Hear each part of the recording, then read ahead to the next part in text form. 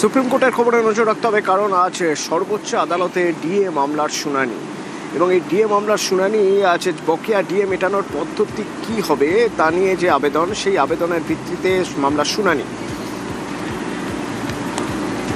মৈত্রী আছে আমার সঙ্গে। মৈত্রী, বিচারপতি সঞ্জয় কারোল ও বিচারপতি পি কে মিশ্রার বেঞ্চে আজ শুনানির প্রেক্ষিতটা একটু বোঝার চেষ্টা করবো তোমার থেকে। দেখো, ইতিমধ্যেই সর্বোচ্চ আদালতের তরফ থেকে ডিএ ক্লিয়ার করতেই হবে সেই নির্দেশ দেওয়া হয়েছে।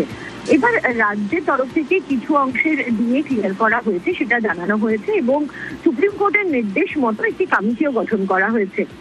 কিন্তু তারপরে পরবর্তী ক্ষেত্রে কিভাবে এই ডিএ মেটানোর, বকেয়া ডিএ মেটানোর প্রসেসটা চলবে বা কি করা উচিত, সেই ক্ষেত্রে দাঁড়িয়ে কিছুটা দিক নির্দেশ পাওয়ার জন্যই সর্বোচ্চ আদালতের দ্বারস্থ হয়েছে রাজ্য।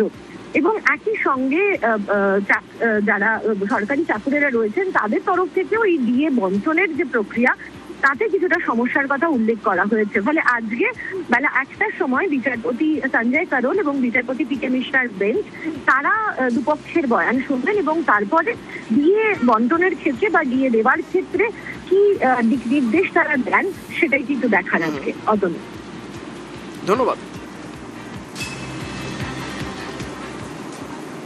নিউজ